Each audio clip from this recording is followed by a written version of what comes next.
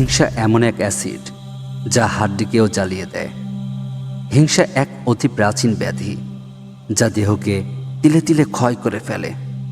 হিংসুক জালিম হয়, কিন্তু নিজেকে মজলুম হিসেবে প্রকাশ করে। সে বন্ধুরূপী শত্রু।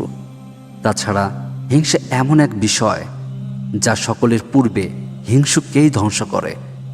হিংসার কারণে আমরা অপূরণীয় ক্ষতির শিকার হই। দুশ্চিন্তা, পেরেশানি আমাদের রক্ত চুষে নেয়, আমাদের চোখের ঘুম কেড়ে নেয়। হিংসুক আগুনের গর্ত খনন করে এবং সবার আগে সে নিজেই তাতে পড়ে। হিংসা কেলেদাক্ততা, মলিনতা, স্থায়ী দুশ্চিন্তা ও পেরেশানি ইত্যাদি রোগে জন্মদান করে। এসবের মাধ্যমে হিংসা পরম শান্তিপূর্ণ জীবনকে একেবারে ধ্বংস করে ছাড়ে। হিংসুকের সবচেয়ে বড় বিপদ হচ্ছে সে আল্লাহ তাআলার সঙ্গে ঝগড়া করে, আল্লাহ তাআলার ইনসাফের ব্যাপারে সন্দেহ পোষণ করে, শরীয়তের সঙ্গে বেয়াদবি ও রসুলের বিরোধিতা করে। হিংসা এমন এক আশ্চর্য রোগ যার বিনিময়ে রোগীর কোনো প্রতিদান লাভ হয় না। এমন এক মুসিবত যাতে লিপ্ত ব্যক্তি কোনো ধরনের সওয়াব অর্জন করতে পারে না।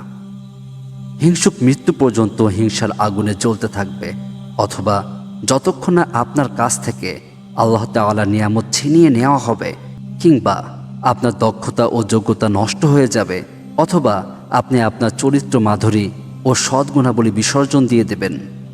আপনি এমনটি করলে হয়তো সে সুখ পাবে। হিংসুকের অকল্যাণ থেকে আমরা আল্লাহর আশ্রয় প্রার্থনা করি। হিংসুকের তো সকালই হয় না যতক্ষণ না সে তার বিষ কালো সাপের মতো কোনো নিষ্পাপ দেহে সংক্রামিত করতে না পারে। অতএব হিংসা থেকে দূরে থাকুন, হিংসুক থেকে আল্লাহর আশ্রয় প্রার্থনা করুন।